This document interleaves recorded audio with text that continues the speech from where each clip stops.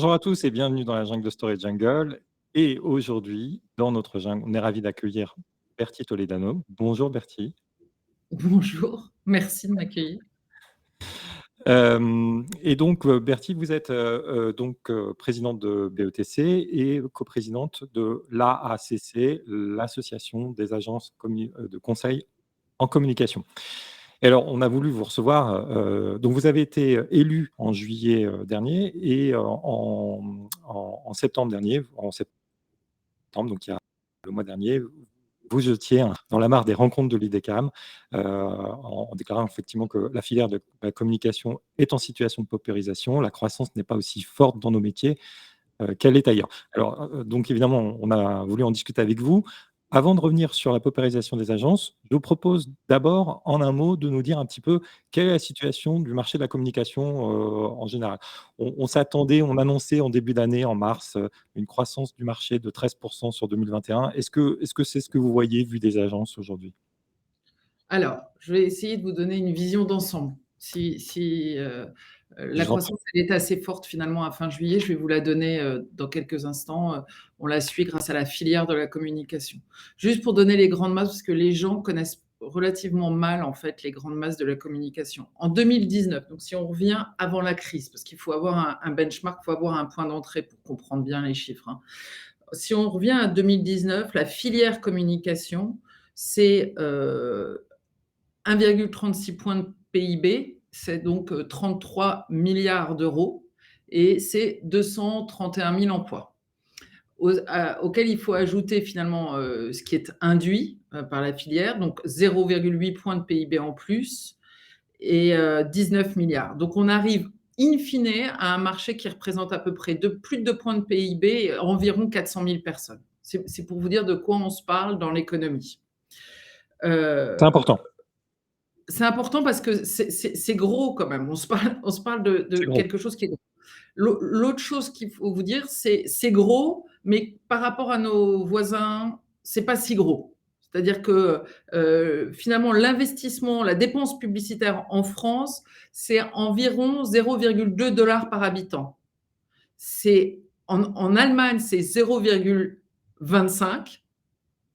Au UK, c'est 0,43 et aux États-Unis, c'est 0,59. Donc, on le Donc, voit, on est quand on même, est- ouais.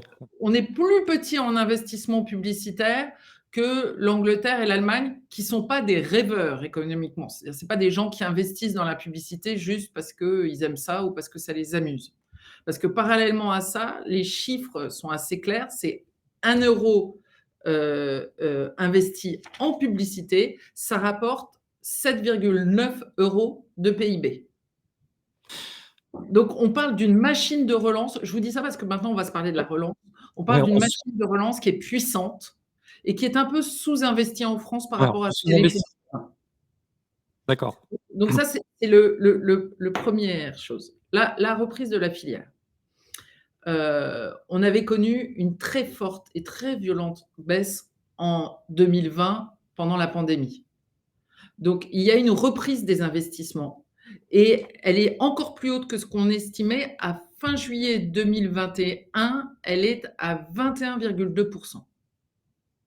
D'accord. On parlait de 13%, Versus, on est plutôt à 21%. on est plutôt à 21% versus juillet 2020. Mais maintenant, si vous faites le cumulé sur 12 mois, on est à quoi en cumulé sur 12 mois? Et du coup, la baisse du chiffre d'affaires, elle est à moins 5,9. C'est-à-dire C'est que si on intéressant. prend les baisses de chiffre d'affaires de 2020, là, on n'a Ouais, pas rattrapé encore ce qui est rattraper. C'est ça qui est très important. C'est-à-dire que nous, on a une croissance qui est en hausse de 21, pour le faire bref, en juillet, cumulé, versus juillet 2020. Mais en cumulé, on est encore à moins 5,9. Mais on rattrape peu à peu, puisque quand j'ai fait la même réunion à l'UDECAM, on était à moins 9. Donc on est en train de rattraper. Maintenant, si je vous donne, il faut que ouais, je vous donne qu'est-ce un qui pousse? benchmark pour que ce soit Ouais. valable, je vous donne un benchmark. La croissance juillet 2021, juillet 2020 de l'ensemble de la filière service à laquelle nous appartenons, du coup, Mmh. service, elle est à 12,1. Donc vous pouvez dire, bah, la croissance est C'est moins, haut. ouais, c'est haut. mais leur croissance cumulée de la filière service, elle est plus 1,3. Donc eux, ils ont rattrapé. Donc ça veut dire que nous, on a pris un impact quand même en 2020 qui était très important et on n'a pas encore rattrapé. Et est-ce qu'on voit les investissements se déplacer? Je pense, par exemple, Oui, bien sûr, on voit des secteurs, le digital, comment évidemment, évidemment. La croissance, digitale, elle est à +18 déjà, sur le truc et maintenant elle doit représenter 60 des investissements, si je vous dis pas de bêtises. Je dois avoir le chiffre quelque part, mais je vais vous le donner, mais il est à 60 et quelques % des investissements. Donc, en fait, il y a un déplacement évidemment vers les investissements en digital, en social media, en trucs. La télévision s'en sort pas trop mal, la radio aussi. La presse magazine souffre encore un peu. est-ce que vous pensez qu'en 2021, on va rattraper 2019? Si on continue sur cette, voilà. Presque, presque.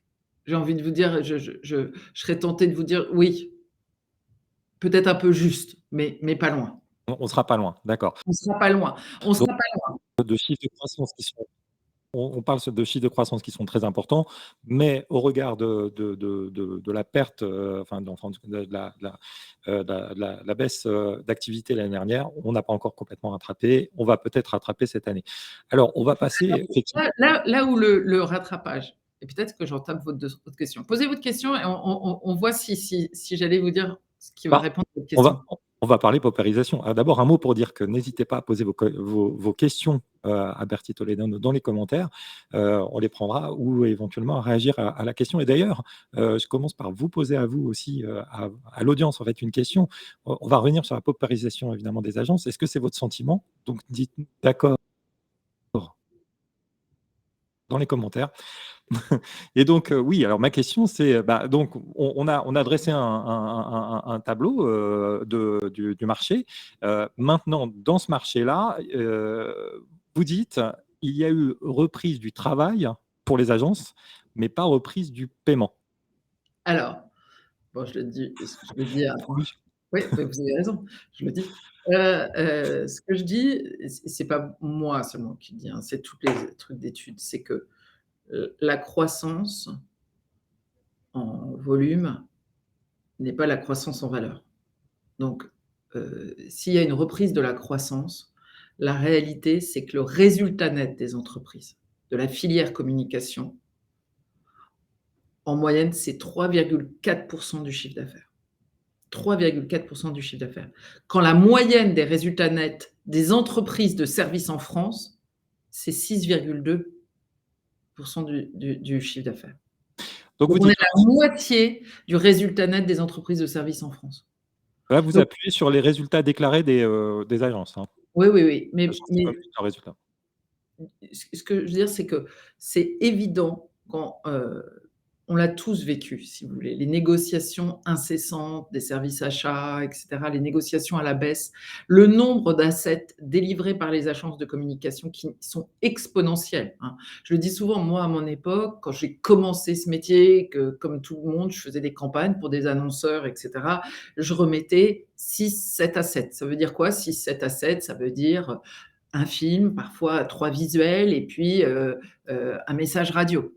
Bon, aujourd'hui, la plupart des campagnes, vous délivrez 70 assets.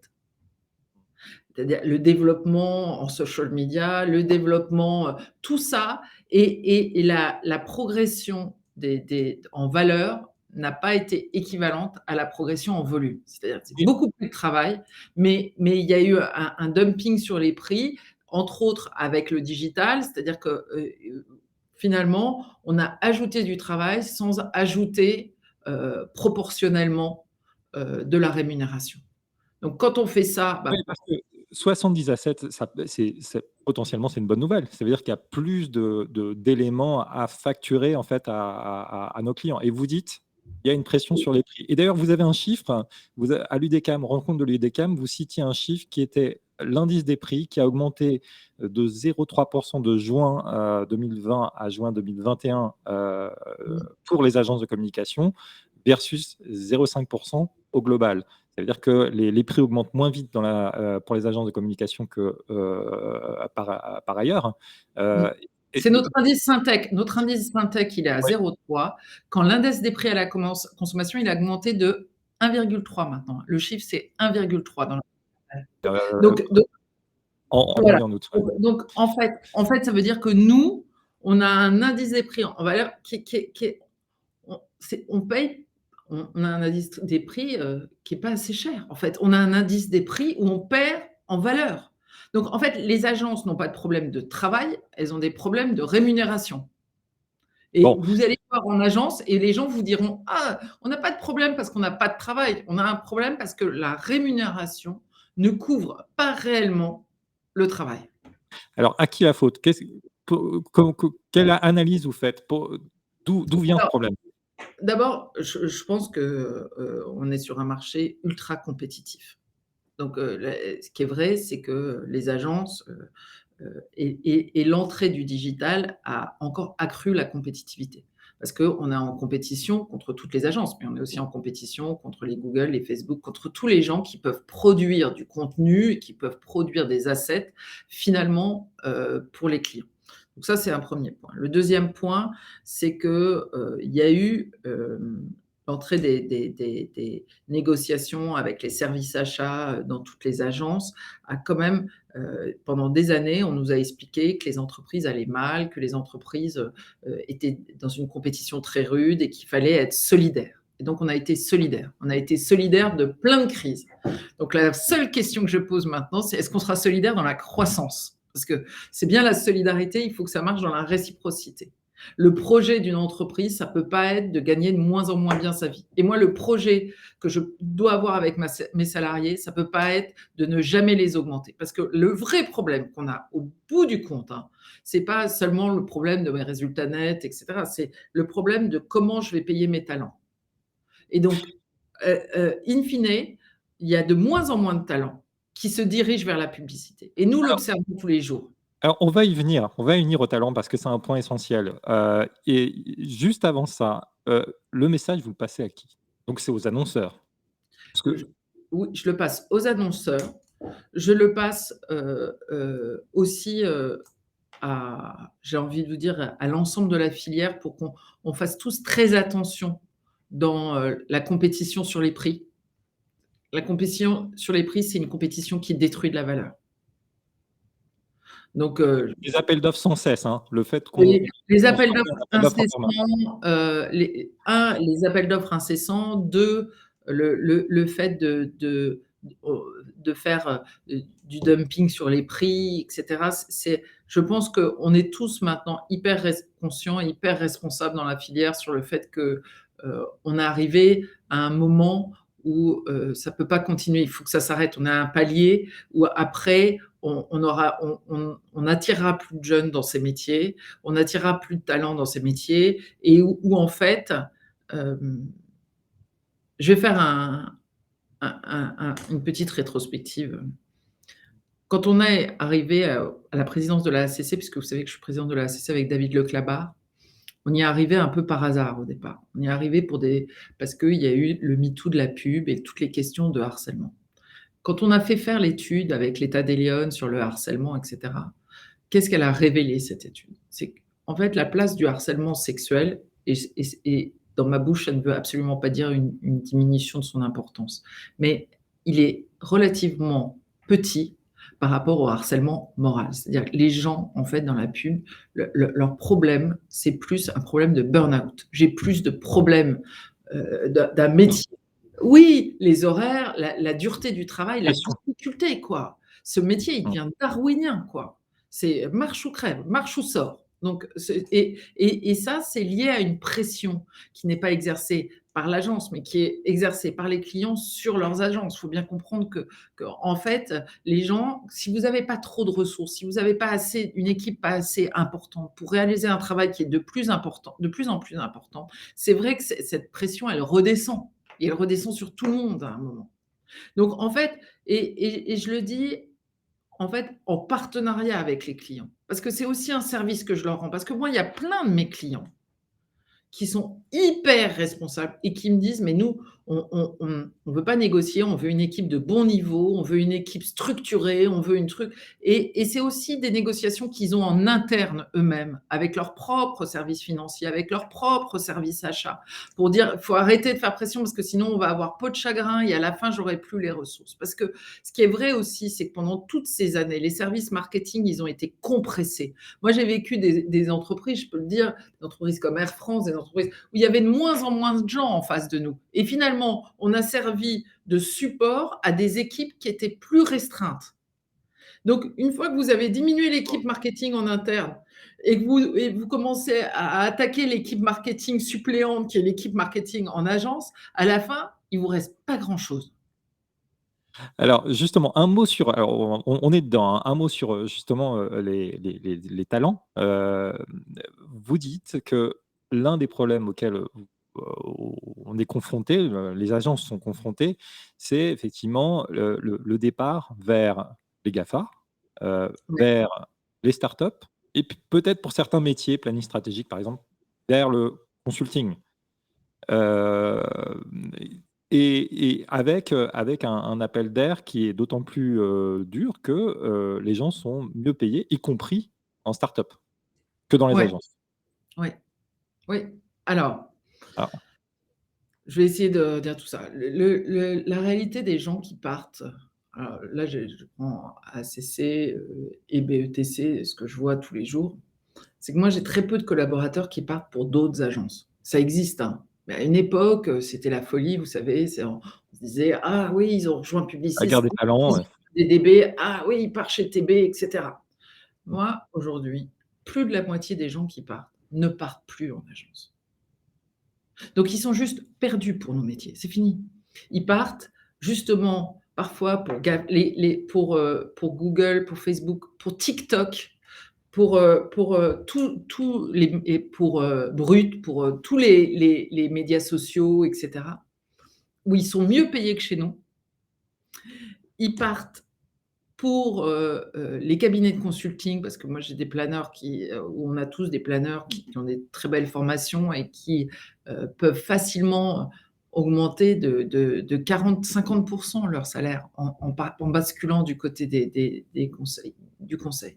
Donc ce qui est en péril, en fait, c'est notre capacité à attirer des talents qui sont, vraiment, compétents, formés, attractifs et cetera et qu'on sert en fait de ce qu'on est en train de voir, c'est on sert de formation à des gens qui sont, au summum de leur formation, qui sont formidables et cetera, partent chez d'autres pour valoriser cette formation. d'accord, donc on a un problème et le c'est Ah les bah points de oui, départ du ah bah, en fait, le point de départ du tout, c'est moi pour distribuer, des hausses de salaire, il comme n'importe quelle entreprise, il faut que vous fassiez des profits, il faut que vous ayez un niveau de résultat net, suffisant. Il faut que vous soyez pas, en fait, tout part pas du prix, tout part du fait que dans nos métiers, le seul outil de production, c'est les talents. C'est-à-dire que moi, c'est ça qu'il faut expliquer au service achat en étant bienveillants les uns envers les autres. C'est-à-dire que moi, je ne fais pas de procès au service achat, c'est pas la question. Moi, ce que je dis au service achat, c'est que les efforts de productivité dans nos métiers, quand on me dit: «Il faut faire un effort de productivité de 20». Mais je dis: «Mais moi, j'ai pas de machine, monsieur. J'ai pas un process de travail qu'on peut automatiser à ce point-là, en fait». Donc quand vous demandez 20 de productivité, ça veut dire qu'il faut être très clair, c'est que vous demandez à quelqu'un 20 de productivité. Moi, si je vous dis demain: «Faites 20 de productivité», vous allez voir forcément au bout d'un moment, ça prend sur vos heures de sommeil, ça prend sur vos heures de pause, ça prend sur votre temps, puisqu'il n'y a que ça, en fait. alors, j'ai c'est le constat est très clair. Comment Ouais. on fait? Et ben, on dit que les prix montent et c'est ce qui commence à truc. C'est-à-dire que là, il faut être un peu clair, c'est dans les métiers de la communication, en ce moment, les prix sont en train de remonter. Vous savez pourquoi? Parce qu'on veut garder nos talents. Donc moi, quand je veux garder un talent, j'ai qu'une solution, finalement, généralement, c'est, bon, lui trouver un chemin, un parcours, un truc qui l'intéresse, mais ça, j'y arrive assez bien et puis augmenter sa rémunération. Donc, comme on veut continuer à attirer des talents, comme on veut continuer à faire ce métier avec qualité, en fait, j'ai une mauvaise nouvelle pour tout le monde, les prix montent. Mais il se trouve Voilà. que c'est vrai sur le marché, c'est vrai sur, voilà. C'est votre projet pour, Ouais. vous venez d'être, élu, hein, donc à la tête de la SCC, ça va être votre projet principal. Ah, on va parler aussi Non, de la non, non, communication. mon projet principal mon projet principal pour la CC, c'est c'est être une force de progrès, faire de nos métiers une force de progrès, c'est-à-dire permettre une relance qui ait plus de sens. Donc Alors, on va notre une ouais, ouais, parce que ouais, c'est important qu'on se dise pas la valeur des talents fait partie de ce que j'estime être une force de progrès. d'accord. C'est-à-dire dans le développement durable de notre société, dans la RSE, qui est chère à tous nos clients et à tous ici autour de la table et à tous les étudiants qui nous écoutent, et cetera. Dans la responsabilité, il y a l'environnemental et le social. Il ne faut pas oublier, les 2 pans. Donc, nous allons essayer d'être les instruments d'une relance qui ait plus de sens.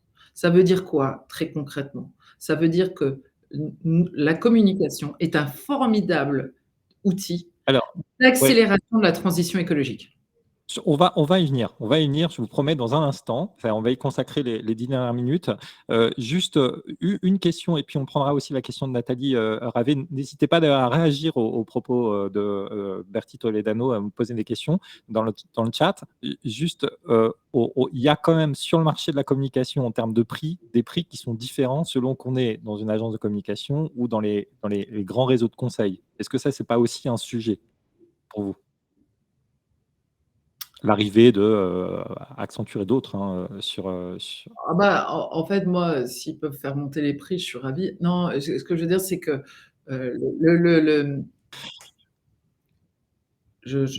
d'abord, je suis contente qu'on nous compare à ces gens-là parce qu'objectivement, ils ont beaucoup mieux réussi manifestement à valoriser leurs conseils que nous. Donc, et pourtant, nos conseils ont autant de valeur puisqu'ils viennent chercher des gens chez moi, donc j'en déduis que nos conseils ont autant de valeur.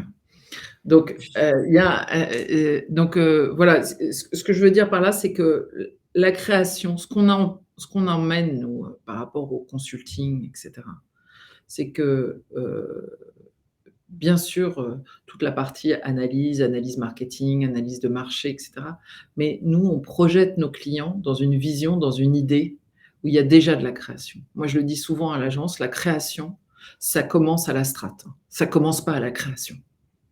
Nous, quand on nettoie une plateforme de marque et qu'on dit, en fait, la marque, elle va incarner ça et son propos, ça va être celui-là, c'est déjà un acte de création. Parce que ça adresse déjà un insight, ça adresse déjà une vision et ça adresse déjà un propos de marque sur un marché. et puis même dans les réponses aux appels d'offres, on a déjà une création qui est très, très forte. On est dans des modèles un peu freemium, où on travaille un peu en gratuit sur des appels d'offres On y reviendra aussi parce que ça doit pas exister le travail gratuit, en fait. Non mais, je le dis, mais c'est légal mon propos.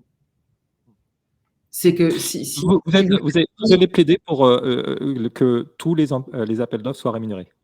ouais, mais les annonceurs sont d'accord, vous savez, la plupart des annonceurs sont d'accord. Parce Après, qu'aujourd'hui, parfois, il se passe on des voit pas. choses, même dans leur entreprise, qu'ils ne voient pas forcément et qu'ils n'imaginent pas forcément. Mais en fait, le modèle du travail gratuit, ce n'est pas un modèle, hein. Ça s'appelle l'esclavage, c'est un truc, qui va pas du tout, hein. Donc il faut se le dire, en fait. Il y a pas de raison, en fait. Il y a pas de raison qu'on fasse travailler 6 agences pendant 3 semaines gratuitement et qu'en plus, elles cèdent la propriété intellectuelle de ce qu'elles ont créé pendant ces 3 semaines. Enfin, on est sur un modèle où il y a plus de Alors, limite, quoi. donc on va être plus cher et on va essayer de plus être gratuit. Heu, je prends juste la question de Nathalie qui nous demande dans le chat: «Quelle est votre vision sur le projet de fusion TF1 M6?» Donc là, on est plus côté média. Est-ce que C'est pas mon domaine de honnêtement, je vais répondre, c'est pas mon domaine de compétence. Si je me place d'un point de vue, je dirais, grand public et consommateur, ça fait du sens parce que c'est moi, je connais mieux les gens de TF1 que les gens d'M6. Je connais mieux le groupe Bouygues que le groupe, mais c'est 2 groupes, très heu, implanté dans la vie des Français, très proche des Français, très populaire au bon sens du terme, donc d'un point de vue extérieur, ça fait du sens. Voilà.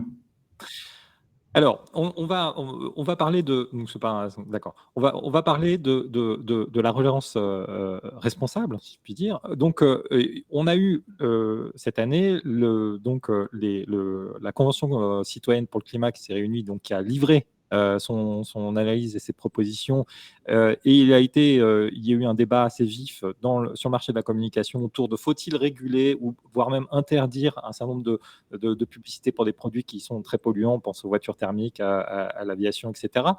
À la suite de quoi, la filière a organisé, les états généraux de la communication. On avait d'ailleurs parlé avec Mercedes-AMG. Mmh. Qu'est-ce qu'il en est ressorti concrètement? Je Cet pense engagement cet engagement, on est la seule filière pour le moment à s'être engagée, hein. Donc ce qu'il en est sorti, cet engagement.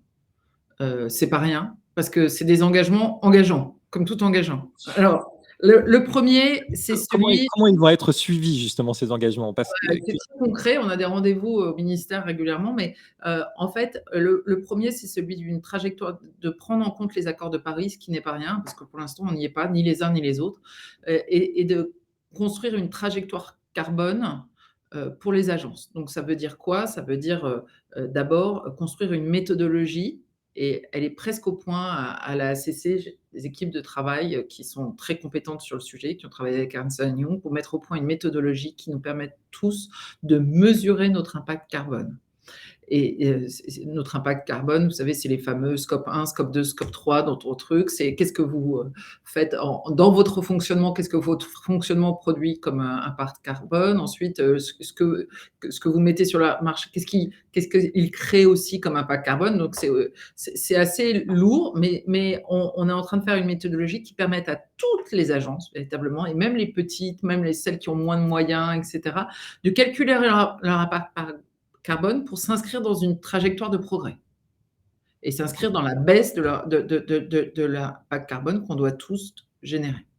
Ensuite, on a, dans les 7 engagements, je ne vais pas vous les lister tous, hein, mais il y a un engagement, par exemple, qui est, on a un institut de régulation de la publicité. Il faut savoir que la publicité en France, elle est régulée par plus de 400 lois, donc c'est énorme. En fait, il y a rien qui est régulé. Il y a aucun autre endroit du monde où la publicité est autant régulée, hein. D'ailleurs, vous regardez un écran de pub, américain, vous regardez un écran de pub français et vous rigolez, hein, parce que les Américains font que des trucs qui seraient interdits. Moi, quand je regarde leur écran de publicité, en fait, je me dis: «Bah, en fait, c'est bien simple, tout l'écran va à la poubelle, il n'y a rien qui est autorisé chez nous.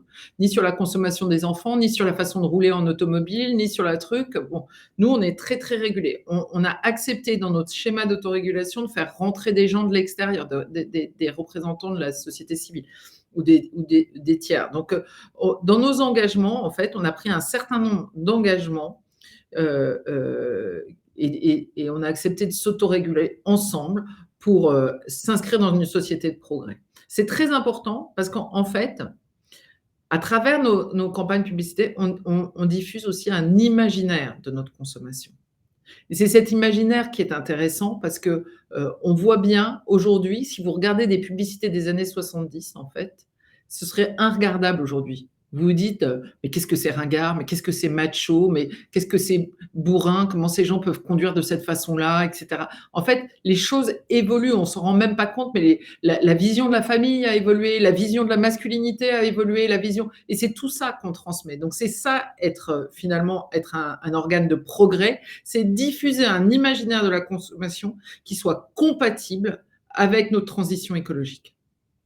et donc on n'a pas besoin de régulation supplémentaire, vous dites? On en a déjà plein des régulations, et ensuite, il y a un autre sujet dans ce sujet-là, c'est que de toute manière, on a besoin de faire très attention et d'être en nuance et de laisser une place pour le dialogue. La bon Mmh. côté de la convention citoyenne, c'est que ça a créé un dialogue entre nous et les consommateurs, nous et les gens de la société civile.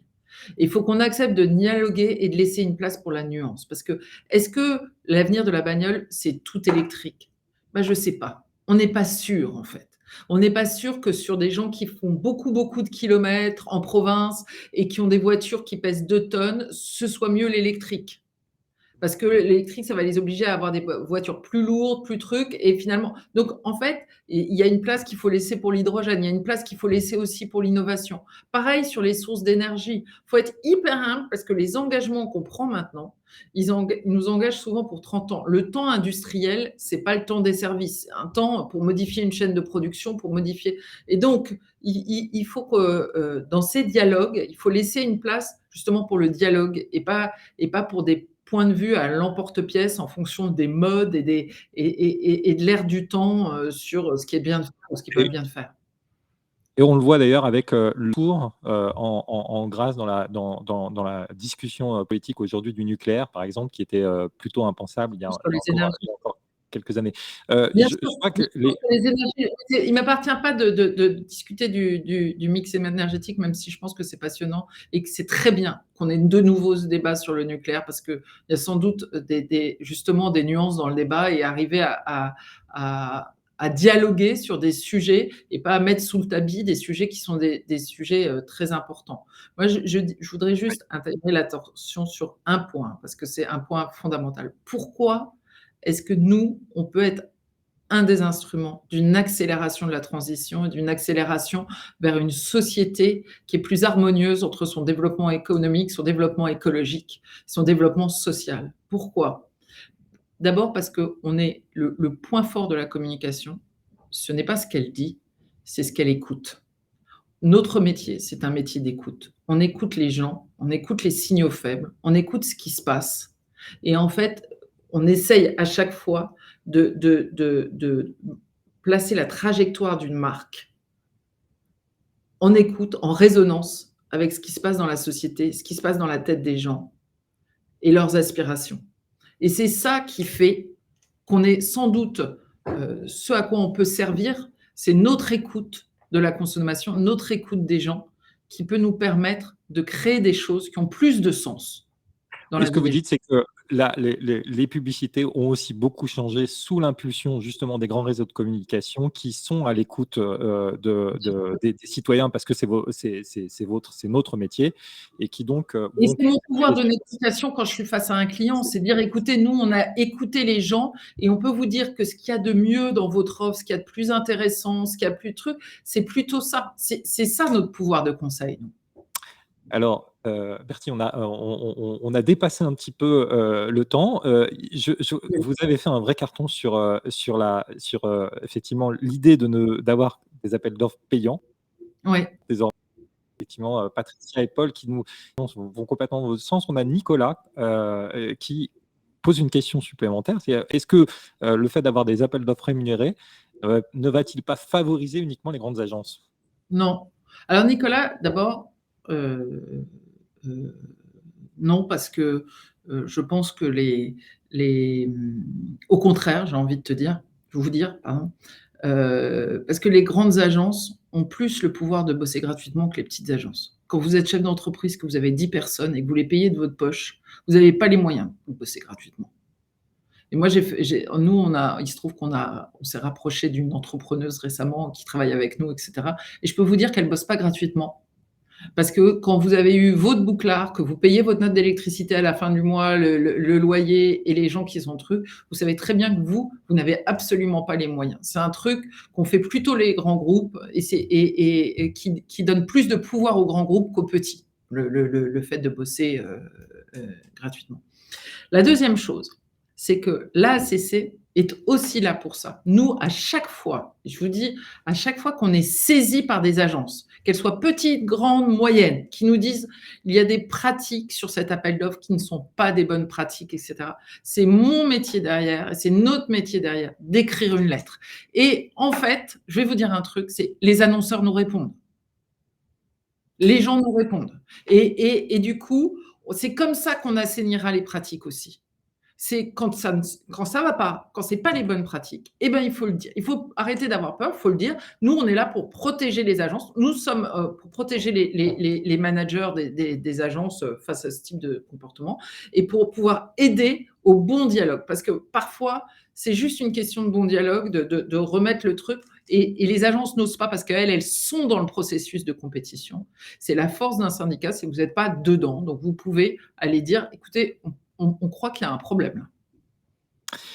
Bon, ben, merci beaucoup Bertie, Toledano, d'avoir répondu, à nos questions aujourd'hui. Merci à l'audience, merci aux différentes, questions qui nous ont été posées. N'hésitez pas d'ailleurs à vous inscrire sur Jungle pour pouvoir ne pas rater, nos prochains lives et puis, bah, alors bon courage, Bertie, donc pour cette, cette présidence qui commence, pour la ACC et on a bien entendu, on va monter les prix, et on va, donc obtenir des appels d'offres payants et Surtout, puis bien sûr travailler sur, la relance, on va donner beaucoup de sens, plus de sens à cette relance et on va protéger nos talents. Merci. merci, au revoir, à très bientôt. À bientôt.